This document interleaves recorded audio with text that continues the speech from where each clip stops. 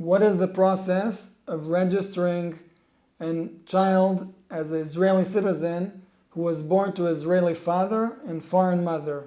Hi, my name is Joshua Pex. I'm an Israeli immigration lawyer, and often we get the question regarding paternity test or DNA exam in order to prove the paternity or the fatherhood of an Israeli father towards a child.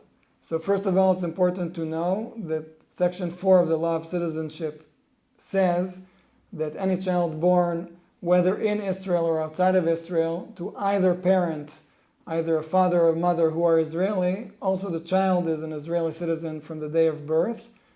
When it comes to the mother, usually there are no questions, but when it comes to the father, Misrad HaPnim, the Israeli Immigration Authority, will often ask to prove the paternity of the father, even in cases where the father does appear in the birth certificate as the father, for different reasons, usually if the parents are not married, or if the birth was done abroad and wasn't registered within 30 days.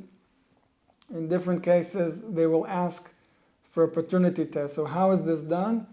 First of all, it's important to know that it's done always in Israel at the family court.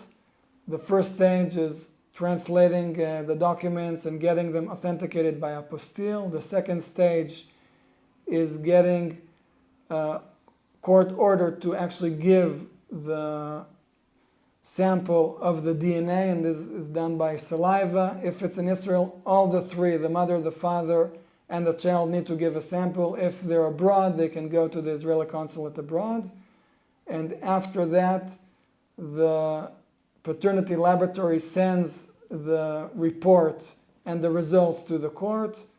If the DNA matches, then the court gives an order and the verdict that this father is in fact the father of the child. And with that court order, the verdict in hand, the ruling in hand, we can go to the Minister of Interior and register the child as an Israeli, because his father was actually an Israeli when he was born. With that, the child will get the Israeli ID number and register an Israeli, can get also a passport and social security benefits in the future. So this is the process.